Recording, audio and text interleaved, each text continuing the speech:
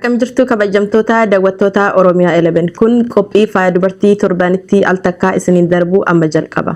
Qophii keenya kaadhaa keessatti sabboontuu sabaa Aadde Urjii nama qabsoo Oromoo keessatti qooda guddaa qabu tokko qabannee asitti dhiyaanneerra. Turtiin keessan nu wajjin haa ta'u.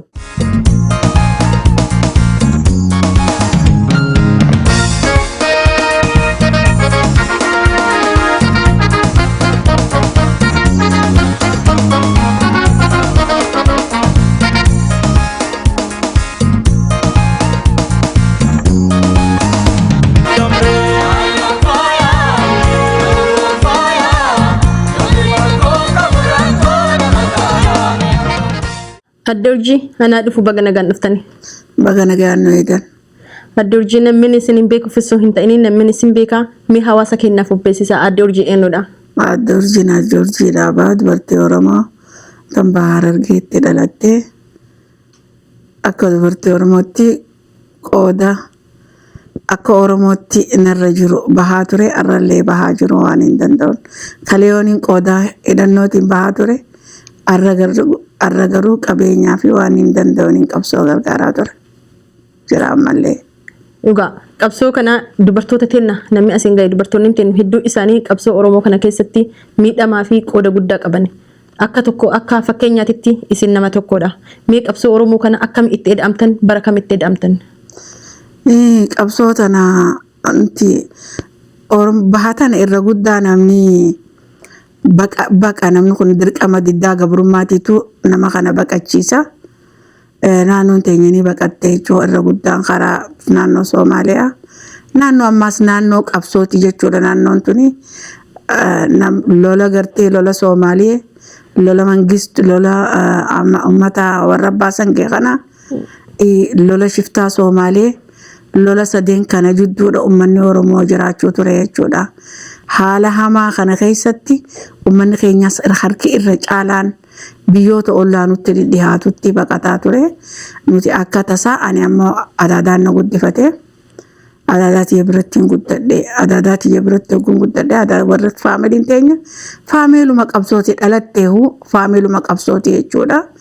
Irra caalaa naannoon isaanitti dhalatanis warri keenya gudfaa naannoo qabsooti jechuudha. Magaalaa fi baadiyyaa jidduttis warra qabsoo uummata Oromoodhaa akka lafa jalaatiin akka maadheetti gaggeessaa ture. Kana keessaa warri adaadaan tiyyatuni nama guddaa Koroneela Jaaniinii qabaa jechuudha. Naannoo Somaalee tanatti magaalaa Booramaa tanatti isiin na guddisee magaalaa tana keessa waajirri keenya waajiraa jiraachuu ture dirree leenjii ni jirti. Santaraala qabsoo Oromooti jechuu dandeessaa jechuudha. Santara galma qabsoo uummata Oromooti jechuu dandeessaa jechuudha. Achumaan akkasitti dirree leenjifamee bahee deebi'aa badee oguun dirree leenjii dhaqees na deebisan maaliif isiin waan biyyaas dheexee asiis dhuftuuf anis ilmaan hin eegaaf jechuudha.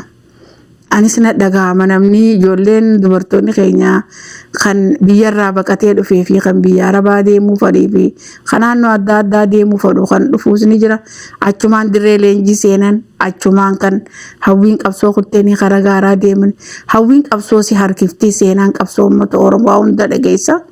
Achumaan dirree leenjii seenee bara 1980 fi jaha gara dhumaatti gara gaaraa deemne jechuudha. Kara dirree qabsoodha. Achirraa baanee osoo deemnu waraana mootummaa Dargeetii wajjin walitti dhufnee lola guddaatu ture. Lola san keessatti nani miilaa dhawame jechuudha. Lola san keessatti miilaa dhawame namni hamma nan jenne jiraan du'aa jalatti bahee jechuudha Oromoon. Lafti san lafa Diidawaalee jedhamti. Lafti Diidawaalee tuni lafa guddoodha jechuudha. Kutaa takka gahuu dandeessi olaalte. Laftummaan Diidawaalee san lafa san arra nama hambaa harkaa qaba jechuudha. Gilli namaa jala jirti. Nuti harkaa hin qabnu. Lafa lafeen teenyatti bayxee lafeen teenya itti cabxee. Oromoon dhiinni Oromootii fi biyyeen walitti ititte. Maaliif lafti tuni lafa lafti tuutissi gubdi. Lafti akka ibiddaa si gubdi. Halaalaa waachi arguu hin dandeessu. Namas dura jiru fagoo jiran argitu. Innaa waa lafa balbalaa fi oowwa samii gabboo. Tana keessatti garboo bakka jaamtu akkatti qabamee achi akkasitti kaambii garboo haroo takkarratti haroo adira qabamee garboo bakka jaanittiin hidhamee jechuudha. Kaambii waraana dargiiti. Achumatti waraana ijoollee Oromootii keessa jira. Achumaan na wallaanan isaanumaan na wallaanee achirraa ijoolleen hedduudha. Dubartoo warraa achirraa fuudhanii nama naannoo Hararitti dabarsanii jira. Kadhabamsiisanii jira. Garuu uummanni keenya kan if beeku gaafasumaa waan quuqamnitti dhaga'amuuf nama keenya garii halkan baasanii dabarsan. Akkasumatti ani ati ijoolleedhaa firraa galii mana keessanitti jechuudhaan isaan maatu nu baase jechuudha. Jaallan gaafas waliin baane san yeroo gabaabaa ati gara boodaa kana wareegamanii jechuu isaan hin jiranii. Akkasitti haareetti dirree qabsootti deebi'uu dandeenya jechuudha. Haareetti dirree qabsootti yeroo deebinu dirree qabsoo sanii an miilaan na dhukkuba akka gaariitti nan fayyine mooraa hospitaalaatti haareetti dhaabni na wallaane achumaan tireeningii daddaffiidhaa kan waa'ee fayyaas niin fudhadhe achi booda dirree qabsoo irratti deebina bakka itti teenyu hin jirre jechuudha. Maaliifi qabsoon uummata Oromoodha. Uummata Oromoo guutuu waliigalaa kan quban qabne uummanni qabsoon uummata Oromoodha. Qabsoo ifirratti hirkannoo waan taateef qabsoo tana keessatti kan sidduulu addiina kanaa wajjinis irra guddaan na'u qaamuma Oromoo diinni hidhachiise Oromoon cabsuudhaaf kan nu diilchisu gowwaa keenyaa jechuudha. Kan gariin Oromoo tanaahu sargoo jechuu malee hin beekne jechuudha. Wambadee jechuu malee hin beekne kan nu duulu irra guddaan diinni kan nutti ergu uummata keenya hidhachiisaa jechuudha. Haala kanaan tooftaa fi rakkoo qabsoon qabdu tooftumaan irra aannee rakkoo qabsoo tanaa jabinatti jijjiirree dheebaa fi beelaa fi dheebuu obsinee qabsoo falmaatti seenne. Qabsoo falmaa tana keessatti qabsoon hadhooytuudha. Qabsoo bakka gargaarsa tokko irraa hin qabne. Qabsoo bakka dawaan irraa fudhattu hin jirre. Qabsoo bakka madoon doktora gahaa hin qabne.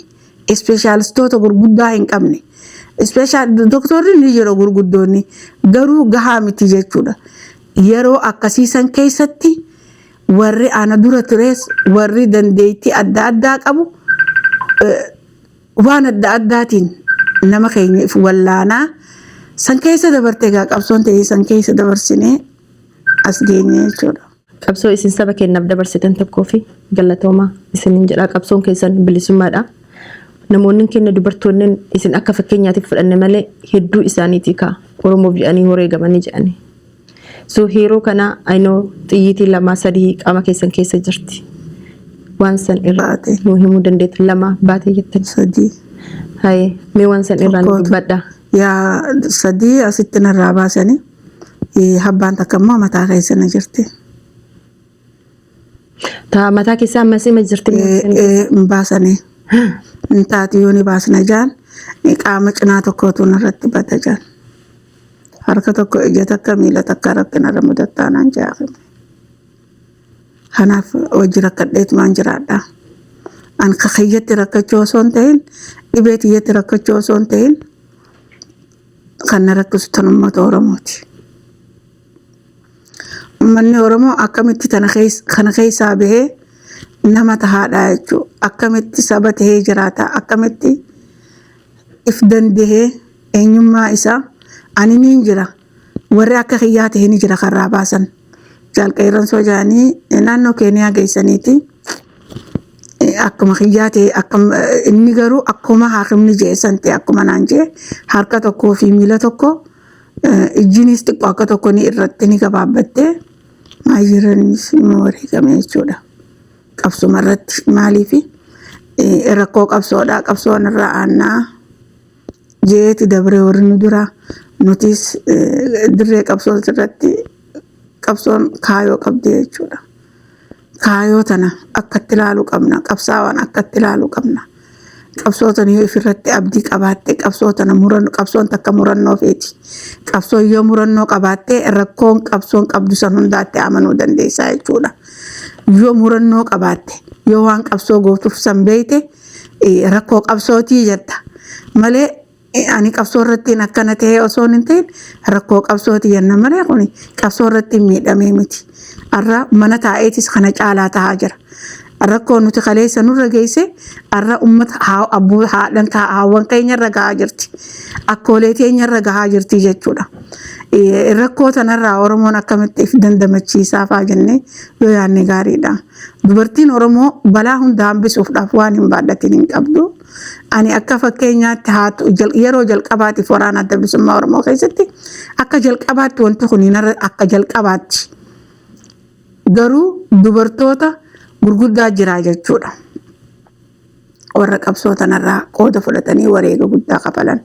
Warreen akka Ayyaantuu Dagaa, warreen akka Kuuloo Jaalataa, warra akka Jaallallisee Nadhii, warra akka Jaal Qalbiseedhaa, warra akka Murattuu Dalloo,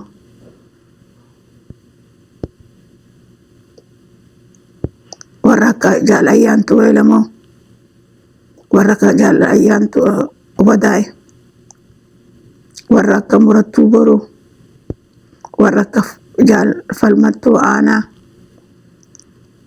warra akka Daraartuu Lammii, warra akka Jaal Handaartuu Ibsaa, warra akka Jaal Dasteeraadhaa jaallan shamarran yeroo rakkoo yoo laalaan takka si dhagaamte waadhif dura laaltu kana qabdaa jechuudha. Warra dhaadatee du'e. Warra wareega guddaa Jaal Ayyaantuu Dagaa warra nama ija takkaan dhoomee haadha buttaati. Nama ija takkaan dhoomee ija takkaan yeroo meeqa lolee jechuudha. Kanaafi dubartoota goota ajaa'ibaa qabna. Warra akka Jaal Saartuudhaatii jira. Warra akka Jaal Juukii Barantuutii jira. Warreen qabsoo nu dura eegalanii jira jechuudha. Warra akka Jaal Dursituu, warra akka Falmattuu Guulaa ni jira. Jaal Dursituu na jirti. Jaal Falmattuu Guulaatis Taraalayaa jirti. Warra 70moota keessa qabsoota natti seenee jechuudha. Sabni kun maaliif akka sabaatti gabrummaa irra jirtu tana akkamitti ni gabroomnee beekee qabsoo tanaaf lafaa ka'a. Sabni kun lolatee bilisoomuu qabaa warra jeenu jira karaa nuutee isaanii jechuudha. Itti aanneeti isaanirraan qabsoo fuune. Nurraahis warra qabsoo fuudhee jira warra amma qabsoo ofu jiru jira jechuudha. Kanaafi waa'ee qabsoo Oromoo tanuu keessa deemnee bal'ina sii ilaalle dubartiin Oromoodhaa qooda guddaa qabdi. Fakkeenyaan siima warra akka haadha Ziyaadii jira. Haati Ziyaad ilma tokko qabdi jechuudha. Ilma isii tokkichaan qabsoorra wareegame isiin haatinis qabsoorra wareegamte. Warra akka Ayyoo Ruqqootii jira. Ayyoo Ruqqoo ilmaan qabdu qabsoof kannite isiin osoo guyyaa tokko ilmaan kiyya qe'eetii hin jahin boqotte. Osoo guyyaa tokko jireenya ilmaan sii keessa gattee isiin beekne. Warra akka Jaalalisee Boruutii jira. Jaalaliseen ilmaan 7 awwaaltee abbaa manaa awwaaltee qabsoorratti maayyiirra ifitti wareegamtee hidhattee qabsoorratti. Warra akka Jaal Ibsuu Magarsaatii jira. Jaal Ibsuu Magarsaas akkasuma jaarsa wareegdee ifitti wareegamte. Warra akka Jaal Kimiyaa Jibriilii jira. Jaarsi wareegame isiinis wareegamte. Akka malatti ajjeesan jara kana jechuudha. Kana warra akka Fatihaa Jaammadoodhaa warra akka makiinaadhaan hanga lubbuun irraa baatuu makiinaan haadatti dhawanii haada sibiilaatti dhawanii makiinaan funyoodhaan irraa akka eebbisaa addunyaa godhan sanfaa godhanii ruheen irraa baate jira jechuudha. Warra bakka nama 7 warra bakka takkatti affeelanii jira ammaasiis guban ibiddaan. Bakka takkatti daqiiqaaf sekoondii takka keessatti adda baane. Osoo daqiiqaa 15 hin gahin dhuguu as deebiin jaallan kun wareegamanii jira. Lola ajaa'ibaa irratti wareegaman jechuudha. Boombiidhaan bakka takkatti gubamanii jechuudha. Haawwan keenya takkaa fi lama je'ee himuun danda'u jechuudha.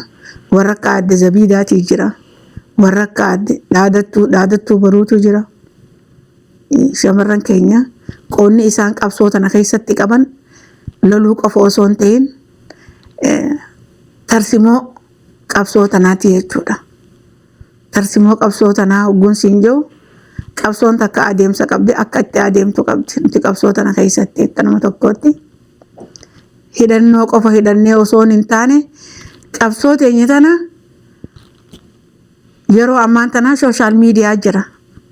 Waan daqiiqaa fi sekondiitti barbaaddu saniin dabarfachuu dandeessa. Wal quunnamuudhaaf amna guyyaa 20 deemna. Xalayaan tuni akka nasiibaa qacarraan isaa baase karra qabamtee du'u ka nyaatee wareegamu hawaasaa fi waraana jidduutti. Waraanni tokko ummata isaa malee hin jiraatu jechuudha. Akka ammaa qurxummii dhabamsiisuudhaaf bishaan goggooysuudhaa jaanii jechuudha. Waraanni dargi nu dhabamsiisuudhaaf bakka silaa haroo bishaan jiru fi leenni bishaan jiru siree ijaarrateeti akka abaabii irra kaa'ee eegaa ture jechuudha. Akka nuti bishaan kana hin dhuyne qabsoon bilisummaa Oromoodhaa san hunda keessatti diina san hundaan loltee lola mixii ji'ee waan qabu hunda dargiin nutti gabbuusee safaraa ji'ee kaan safaratti galchee dubartiin Oromoodhaa tana hunda keessatti shoora guddaa taphatti jechuudha. Waraana keenya jiraachisuudhaaf ummata keenya gaaga'uu hin qabnu. Algee guurree algee hiinee algee tana halkan foonee magaalaa geessinee galaa goona. Jireenya waraana keenya ittiin jiraachisnaa jechuudha. Firii jajjabaa ummata fakkaannee deemnee guurree tiisitee fakkaannee firii jajjabaa tana guurree waraana keenyaan jiraachifnaa jechuudha. Waraanni keenya kilaash lamaanii taankii mootummaa dargiidhaa gubuu ture. Waraanni keenya Chikosii fi Viintoobiini lola meeqa jidduu asiin shiftaa Soomaaleetiin asiin waraana dargiitiin asiin waraana mootummaa Soomaalee kadhokotee ol seenuun shiftaan Soomaalee naannoo san hunda keessa wal keessa jirraa jechuudha. Akkasuma hojii sodaa guddoo qaban dhaaba adda bilisummaa Oromoo kanarraa. Dubartiin teenya kana hunda keessattuu shoora guddaa qabdi. Kana jiraachisuudhaaf waraana keenya jiraachisuudhaaf gargaarsi addunyaan gargaartu hin jirtu. Gargaarsi ollaan nu gargaaru hin jiru.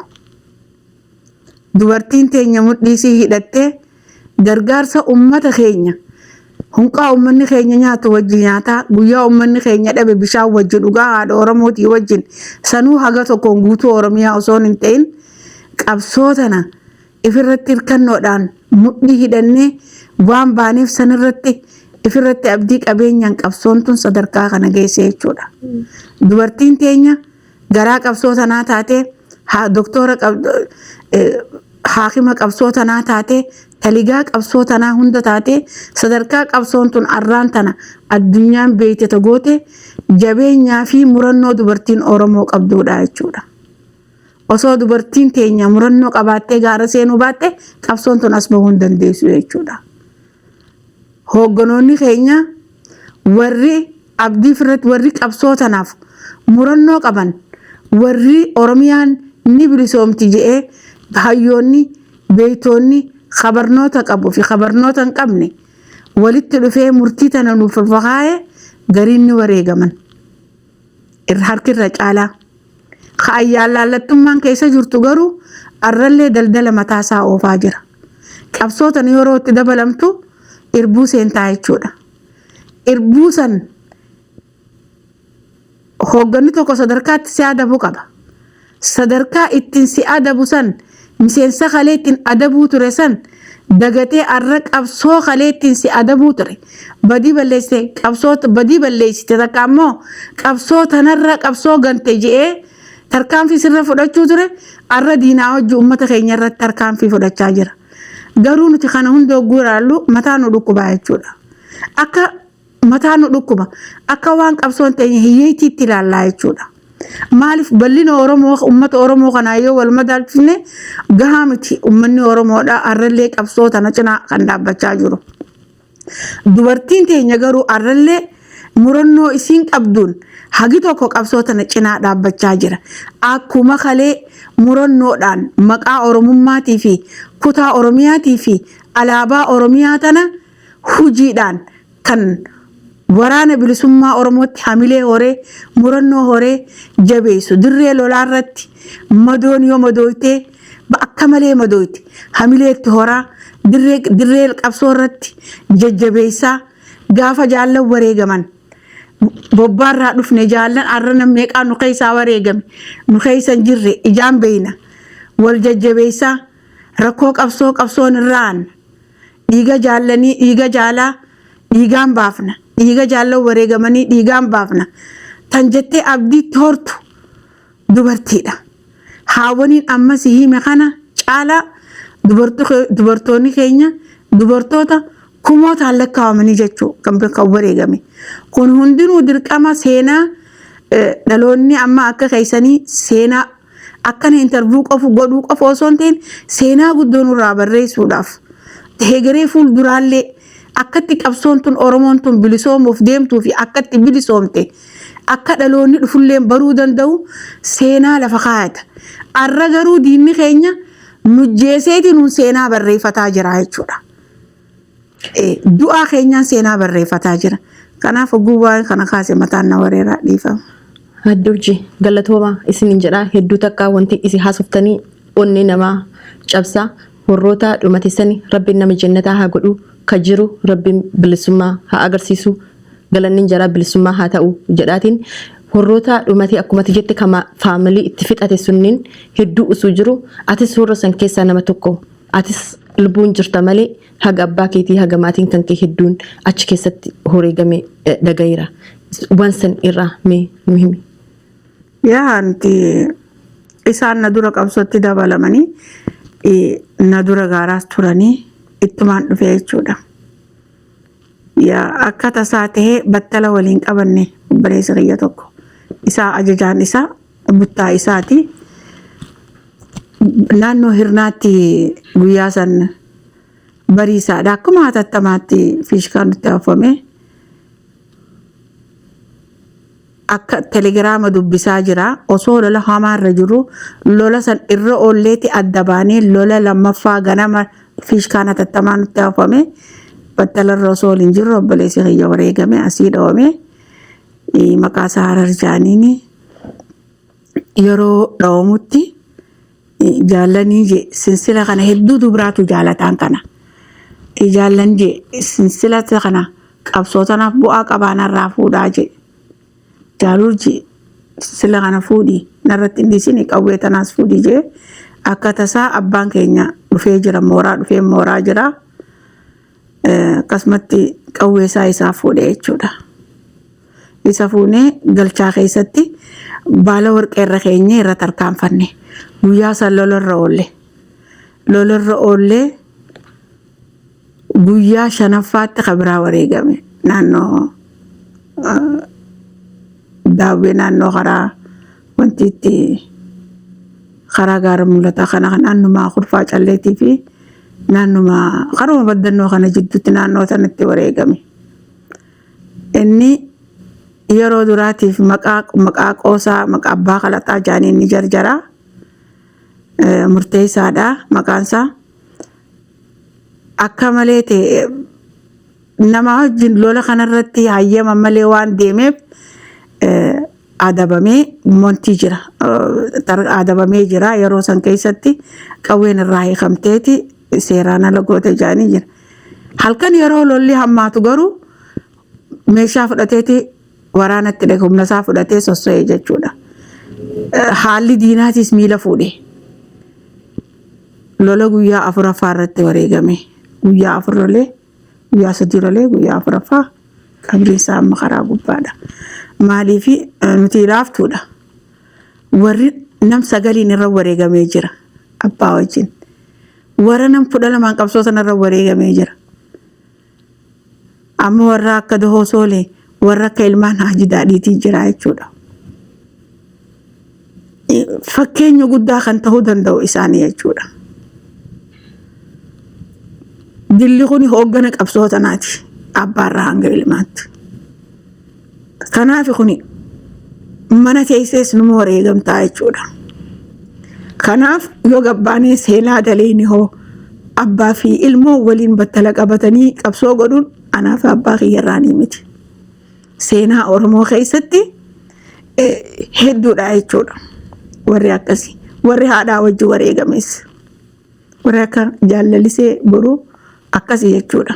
Jaallaliftuu boruu jaarsi wareegamee gaafa Somaaleerraa ol baanu ijoolleen isii sadeenuu wareegamtee lama eegas booda wareegamte isiin wareegamtee jidduu tanatti waan akkasiitiif fakkeenya guddaa sii ta'a jechuudha. Kanaaf qabsoon tun laaftutti asiin geenye jechuudha. Kanaaf dubartiin Oromoodha qoonni isiin qabdu qooda guddaadha. Mana hidhaa keessattis ani bara 1990 wanti keessa kaniin hidhame tokko hidhaa lammaffaa 1993 seenna dhuma 1992 moosa akkasumaan sa'ee wanti san ani Somaaliyaa irraa hin ol deemu jira jaalgalaa isaa geessine akka seenaa ana jaala tokko jaalan biraa hoogganuma qabsoo sanaa kana jaarsa kana fuunee isa dura amna guyyaa meeqaa jaarsaarra mootummaan gabroonfataan amma jiru carraan Oromoon qabdu kana kan jee Galaasaa Jirboo dirqama maqaa isaa kaasuun carraa uummata Oromootiif taphachuu jiru lubbuu isaa baasuudhaaf wareegama guddaa kafalame achirraa fuudhee hoogganatu qabsoon tokko hooggana qabaachuu qabdi. Hoogganni isa raafe immoo biyya keessa wareegama jaalbaruu isa seenaa kafalee jechuudha. Saba isaatiif seenaa guddoo dalage. Arraga kan isa hoogganu garuu diinaa wajjin qabsoo uummata Oromoo irratti godhaa jira. Kana hunda garatti dhukkuba addaa nutti garaa keessatti jechuudha. Kanaaf isa san baasnee as garagallee an dirqama addaatiif hin deeme ammaas oguun dirqama addaati deemu meeshaa adda addaa dirqama san baheetiin addeemu waa fuudhee ati tokkomumaan hin qabame dirree dhaawaatiin dhufee oguun dirree dhaawaa dhufu tasanaan jee abbaan kiyyaa naaf abbaa kiyyaa akkanatti manni abbaa kiyyaa kun ogoomiti hin dhaqu achi na barbaada dhufe innis bobbaa dhufe bobbaa deemaa meeshaa fuudhee naaf inni silaa guyyaa san wajji bahuu kaane bobbaa tasa abbaan kiyyaa ni hafe inni boruu rabbi raamataa godhuu fi inni silaa ani jimmata guyyaan san jimmataan bahee inni ganama isniinaa ba'a. Anaaf ijoolleen gariin hedduudhaan ni baanee meeshaa fe'adhee deeme makiinaan xiib jettee na jala dhuftee jechuudha.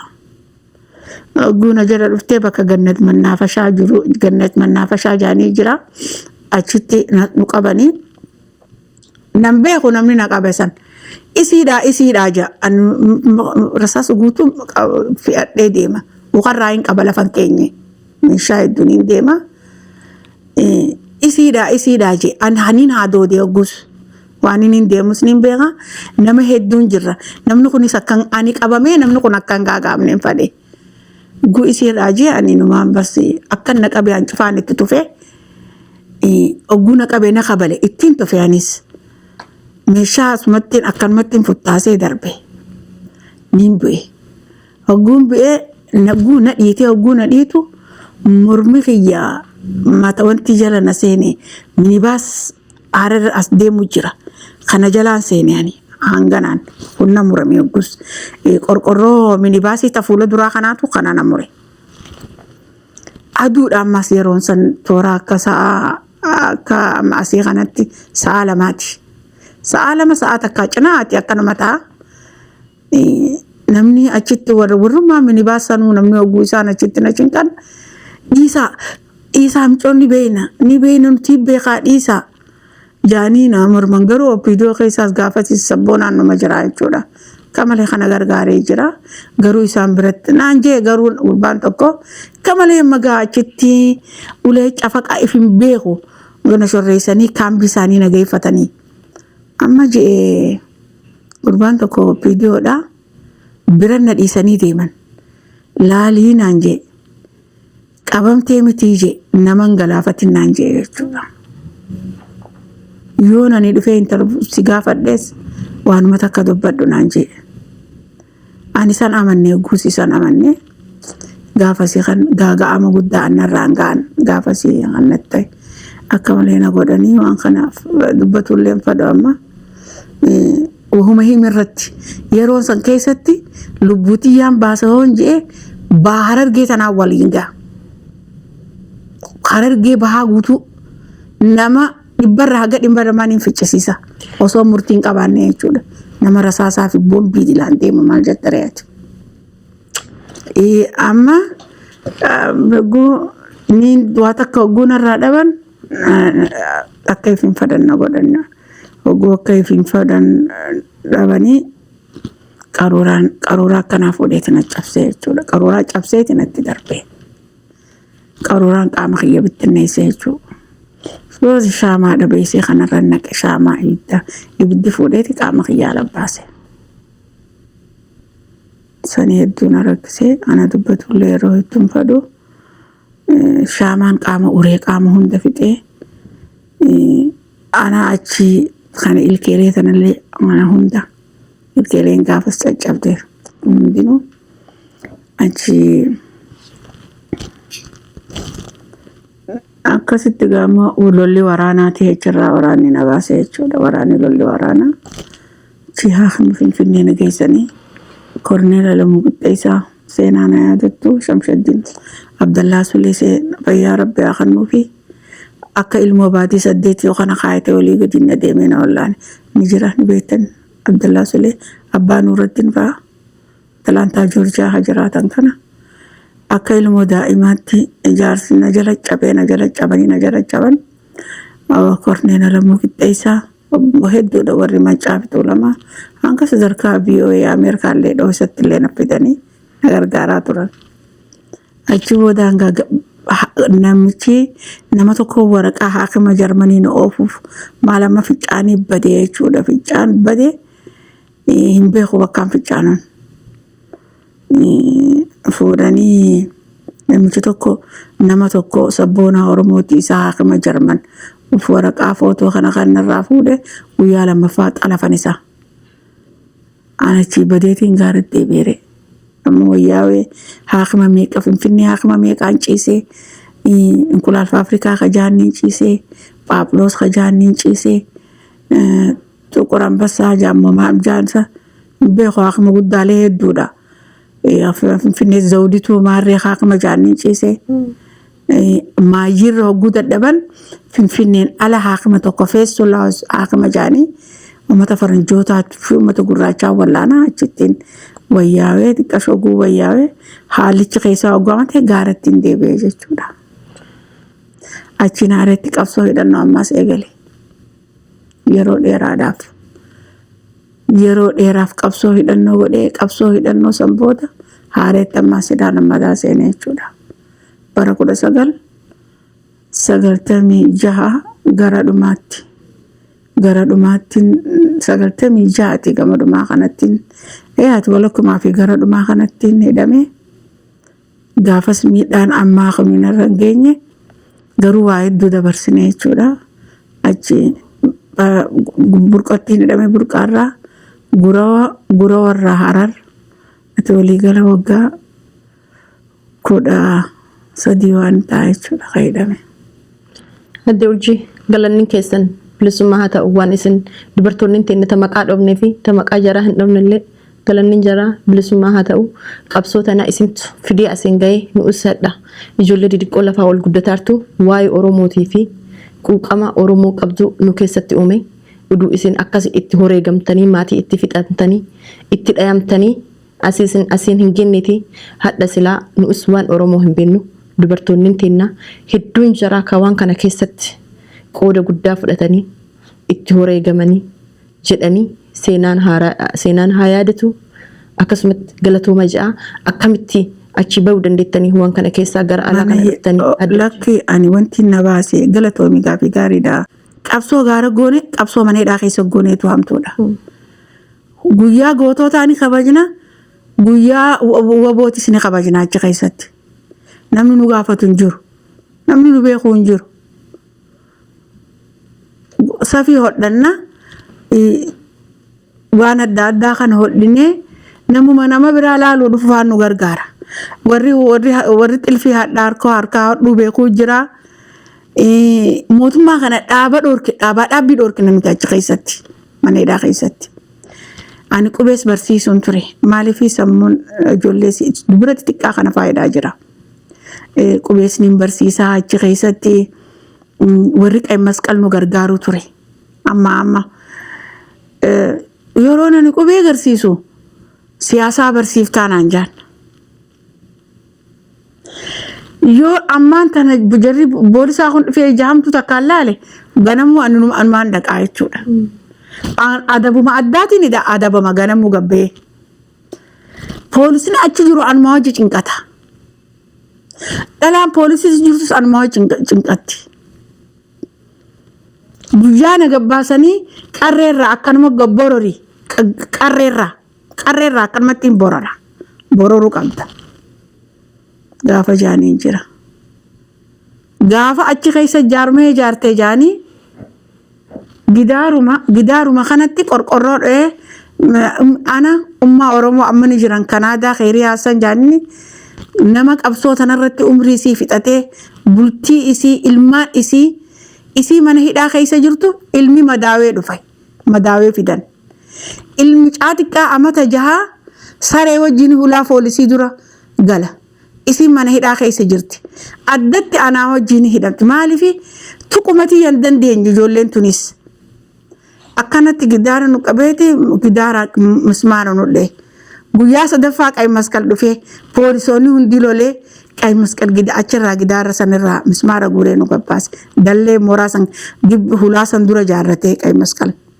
Miilli kun cufte akkanatti itti nu deebitee deemuu dadhabnee dhagaa nu ta'ee miilli guyyaa 3 gadi hin teessu.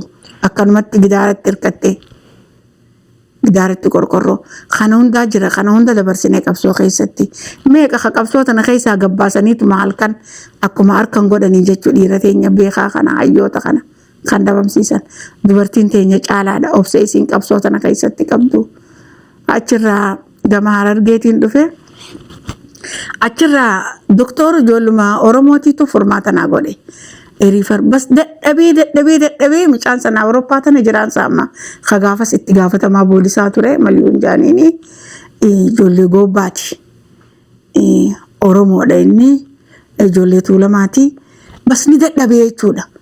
Urjii naan jee bas doktorri kun riifar haasii katabu dadhabne hin ustooti. Fuudhee riifar naa katabe asittuu mashaqaan biraa na qabatti Hararii. Guma dhufnee Harar kaadha magaalaa Harar Aawuziin kana turre Aawuziin kana keessatti halkan ijaartee adaree takka fidanii turre gaammaasiisa waggaa meeqate tana fidanii kaa gabbuu isin achi tattaa warra nama qalee jee kaa achi tattaa haati biyyaa isin olaatee isuu jennaani aboo haadha biyyaa ofeete siree teetirra geessi manni mana hidhaatii jeen. Kanaafi nuti nun arrabsiin jenneen jechuudha. Numa nuti nu ol teenyoo feete achi araftu jennee balaa buufne kayetuma qawwee nutti banee jechuudha. Halkan irraa sa'a 5 leelii osoo qaamni poolisii dhalaa jiru dhiirti mana dubartii banuun dhorkaadha jechuudha. Akka silaa seeraatti. Amma nuti namicha kana qabnee tumne. Namicha kana oguu qabnee tumno namichi kun iyyansitee. Iyyansi taanaan waraanni dhufee achiin fuudhee bakka biraan nu hidhee achii gaamma ganama mana murtii nu geessanii jechuudha. Manni murtii adareedha. Warra nama qalemee ol seenaa jee. Abbaa warra nama qale jennaan haqallesiin mataa nuu qabe ammallee siin nu hafee hin jeen. Haqallesiin mataa nuu qabee hin jeen. Nuti ragaa malee tattaa'uu jirra mana hidhaa keessa. Akkatti qallee fi bakkatti qallee fi guyyaa qalleessan siin ragaa nuu ba'a jenneen gaammaan tan. Murtii malee namni mana hidhaa keessa waggaa dheeraa guutee mataan hidhaa qaba beekadhu.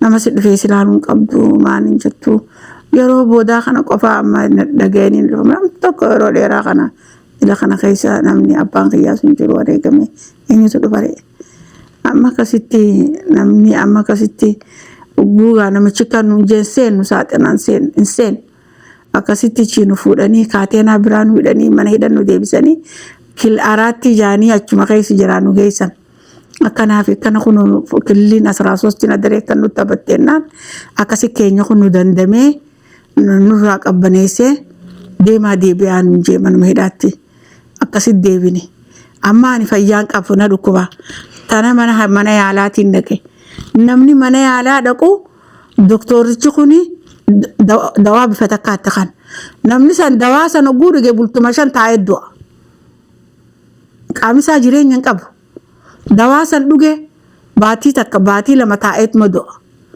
torbaan tokko taa'eetuma du'a namnummaan dawaan san fixxe nama hangan qabu jechuudha tana noollaqee hogguu noollaqee dawaa nakkanne hogguu kanaan jeen dawaan tun bar nama hedduu fixxe dawaa tana malee tabiraan qabdanii hin jeen akkanatti doomatana qofa nukkannaa oltanii doktoriin jeen tuni namni hedduu dawaa tanaan rakkoo hedduu du'e nama hedduutu dawaa tanaan gaaga'ame hogguun jee lolee hogguun akkana jiru ani akkanuma jechuufi dawaan tun qaruuraan miiza dhoyte hogguun akkana jiru namticha qaruuraan akkanumatti namicha akka qaruuraa kana akkana jechuufi qaruuraan utaaltee namicha kana muruudha doktorcha kana hogguu doktorchi ol keechi gara goldhiin irraa har anachuma naajjeessanii miti keessumaan hogguu namichi fuula dhigachuu kee ulaataaniin hin gabbe ambulaansuma nama fuutee haakima biraa deemu jirtu keessattiin ijoollee taamaanyi jira seeni as jannaan seeni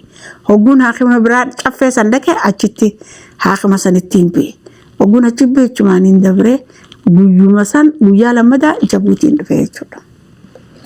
Rabbi isin baasaa qabaaf akkasis jabuutiin dhufe bara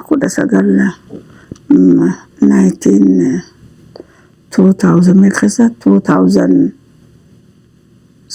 keessa jabuutiin dhaqe hogguma san 2005 achuma akkasitti hin turre ijoolleen teenyaas amma na daddageenii akkasittiin arma dhufuu danda'e. Jibuutii waggaa meeqa turtan? Ji'a gabaabaan taa'e hidhaarraa beebiitiin oobbitii hanqaabna kiyya hundina dhukkuba hin dandeenye hireen tun akka nasiibaa dhufte akkasitti dhufe. Amma akkam jirtu? Amma homaan jiru eegaanas dhufe haakima deddeebi'ee haakimaan dhaqee as dhufe haakimni na gargaaree iizitti na gargaaree tirsa abbaa 3 narraa baasee asirraa 3 mataa immoo bahuu hin dandeessu jee qamalee nama wallaanee gasboota gaamaaliin godha jiruudha. Akkasumatti mallee hojjedheetuma qabsoo gargaaraa jechuudha. Galanni keessan bilisummaa haa ta'u dachaanii akka ofii keessa dabartanii qabsoo kana isin geessitanii warroota amma itti seenutti jiru warra yaangee kanaa fi akka dhaamsaatitti akka jajjabeeninaatti waan dhaamtaniif. Qabsoon yeroo ammaan tanaa sargiidhaan ja'a cidhaan ja'a. Qabsoon san qabsoon nuti akkasitti keessa dabarsine sani dhiibattee ol baatee addunyaa mara geessee guyyaan silaa wagoota Oromoodhaa kabajamee guyyaa waraana bilisummaa Oromoo kabajamee alaabaan uummata Oromoodhaa addunyaa sanarratti beekamtee waraanni bilisummaa Oromoodhaa sadarkaa amma irra jirutti akka waraana ammayyaatti ifirraa ittisuu osoo hin tahin deemee qabsoo godhaa jira jechuudha. Shamarran keenya kan qabsoo keessa jiru akkaan je'ee himuun qabu jechuudha. Garuu isti qabsoon uummata Oromoo ammallee wiliidha. Waraanni keenya jabaatee qofa osoo hin tahin dubartoonni keenya kadur caalaa jabinaan as bahaa jiraatanis dirqama kaan achii qabsoo godhee akkuma nuti kala yeroo rakkoo san keessatti beelofnee dhoofnee rakkoo obsinetti warri jireenyaan ammaan tana alaa dubartiin Oromoodhaa akka haawwan keenya haawwan kalee qabsoo godhan sanitti haawwan san yaadatee bakka isaanii san if buusee if laaluu dubartiin Oromoo ta'arraan tana addunyaa tana hundarra facaasee jirtu dirqama mataa isii falmachuu qabdi. maqaa isii ho'oo jedhu kana falmachuu qabdi. Carraan Oromoon qabdu carraa tokko qofaa jechuudha. Dubartiin Oromoodhaa waan kana hunda kasossoosuu danda'u arrallee isin dubartoota Oromoo yaangee amma lafaa deemu kana jechuudha. Kan mana keessa dhama'ee jiru ka gabbaasuu danda'u isinii jechuudha. Arra ani asirra na dheessitee seenaa dabartee na gaafachuun seenaa dabartee dubbachuun qabsoo amma jirtu tana jabeessitii jechuudha. Kanaaf dubartoota keenya kan amma shamarran arra dirree qabsoo irra jiru hamilee itti gooti. Kanarra qabsoo tanaaf arrallee gabbahee qabsoo godhuuf deemu jabeessitii jechuudha. Dhugaadha. Yeroo hedduu miidiyaa hedduu irratti dhiyaanne anama haguma tokko qofaan dubbadhe malee inillee hin dubbanne jechuudha. Dakkutee seenaa faamiliitii illee hin dubbanne, dakkuteetii illee hin dubbanne jechuudha. Irra guddaa waliin namni tokko seenaa ifii caalaa seenaa jaala isaatii jechuudha. Jaala arra if hin dubbanne. Kadirree tanarratti seenaa boonsaa uummata Oromootiif arra galmeessee wareegame kana seenaalee isaaniiti. Akka seenaan isaanii hin dhokanne, akka seenaan isaanii galmoomsantu barbaanna. Seenaan isaanii galmaa'uun wareegama dhufaa jiru kana abdiitti hortii jechuudha. Kuni garuu mataa afaan isin qabachiisuun qabu, mataa if qabachiisuun qabdan akka addunyaan isin beektutti qabsoo dheengadda nuti goone caalaa qabsoo arra deemu jirtan abdiitti horuudhaaf isin dirqama guddaa isin irra jira dhaloonni ammaa. Dhaloonni ammaa dirqama manaa gabbahuu qabdanii jechuudha. Ani yeroo hedduu miidiyaa sooshaal miidiyaa hedduu irratti gabbee dubartoonni Oromoo barnoota qabu maa mana keessa usee taa'aa jeetiin dubbadha. Na dhagahama. Qabsoon tun ana qofa hin qabdu. Oromoo miliyoona dira kana qabdi jechuudha. Garuu an tana keessa qabsoo tana maleedhaan humaa hin qabne jechuudha. Ilmaafis qabsoo tanaan qabaa jechuudha. Qabsoo tana malees jiraachuu hin danda'u. Haga yoon jiraadhe haga Oromiyaan bilisoomtutti arra dheengaddoo haawwan Tigreedhaa manguddoo dudulloota siquu hin dandeenyetu qawwee qabatee uummata isaaniitii wajjin kaan ba'aa dhuka qabatee uummata isaanii jala deema. Ani har'a miilaan deemuu hin danda'a. Arrallee dirqamni akkasii sanarra jira akkasitti iflaalaatiin jira jechuudha. Galatoomaa hedduu takka isiniin jedha warroota akka keessanii seenaa hadhaa irraa dhageenye kana namoota hedduu waa hedduu irraa barannaa waa hedduu irraa dhageenna dubartoota teennaa ta'a akka keessanii qabsoo keessatti qooda guddaa qabatanii waa hedduu qabanii yeroo adda addaatiin asirratti dubbisnee irraa dhageeffatuu fi irraa baratuuni sun dirqama kennaa jedha guyyaa hadhaa sabboontuu teennaa seenaan siyaa galatoomfatu asirra kabajaan nu dhiyaatu keetii fi galatoomii isiniin jedha. Asirratti galatoomaa isinis waan takkaan dubbachuu barbaada. Dubartoota keenya seenaa dubartii Oromoo duuba deebitanii barreessuu barbaadan Raggaatuu Roobaa tan haadha waraanaa nama faranjiidhaa qabdee gaafa qabsoon uummata Oromoo baddee dhabamtee ja'an maraattuu fakkaattee kadhattuu fakkaattee hidhannoo lafa keessee nama faranjii karaa fiigu tooftaa fi beekumsa qabduun irratti daleeydee fuutee mana inni bulu jala bultee isaa toof jala daleeydee akka Oromoo Liberation Front bilisa baasaan Oromoodhaa ni jira gaafa qabsoon Oromoodhaa hin jirtu daan qabsoon Oromoo jaansan tagoote Raggaatuu Roobaa jiruu baqaa keessa jirti. Warra akka isaaniitis akka nu yaadattan shamarran keenya hedduu jira ammallee warra akka Jaalalisee Roobaa Galmoo tan miila isii tokko qabsoof gumaachitee miila tokkoon jirtu. Iskaayipiinis dhiheessuu ni dandeessan. An arra bakka isaanii beetiin dubbadhaa jechuudha. Iskaayipiin dhiheessuu ni dandeessan. Warreen jiruu baqaa keessa jiru warra akka Raggaatuu fa'aa gargaaruu dandeessan. Dubartiin Oromoodhaa. Nama umrii tana guutuu qabsoo keessatti fixee arra sadarkaa akka keessa akka jiru kun uummanni Oromoo takka if duuba deebi'ee akka if laaluun barbaada. Warra ammallee ni jiru jaalasiniinis arra taatuu boru taatuu dhufuun dhabdu ni jira isiinis irratti hirmaachuu dandeessi waan irraa hafe isiinis irratti yaada kennuu dandeessi. Jaalasin nama ammata 17-18 mana hidhaa keessatti wareega sadarkaa duraatti murtii du'aa irratti dabarsanii jechuudha. Wareega murtii du'aadha. Arra garuu san hunda keessa haftee qabsoota na cinaa dhaabbachaa jirti. Anaaf isin ilmaan keenya isinii fi qabsoo uummata Oromoo qofa. Ilmoon teenya ilmi keenyas qabsoo fi isin qofaa jechuudha. Kanaaf nuufi qabsoon adda bahuu hin dandeenyu yeroo ammaan tanaa keessatti. Baay'ee nutti dhaga'ama nu jajjabeessuu keessaniif dubbachuu illee hin dadhabee warra nu caalaa qabsoo godhu jiru jira har'a. Warra nu caalaa qabsoo godhu jiru dubartii teenya taarra nu caalaa qabsoo godhu jiru tana jabeessuuf dirqamaatu nurra jira. Qabsoo tana cinaa dhaabbachuuf dirqama guddaatutu isinirra jira.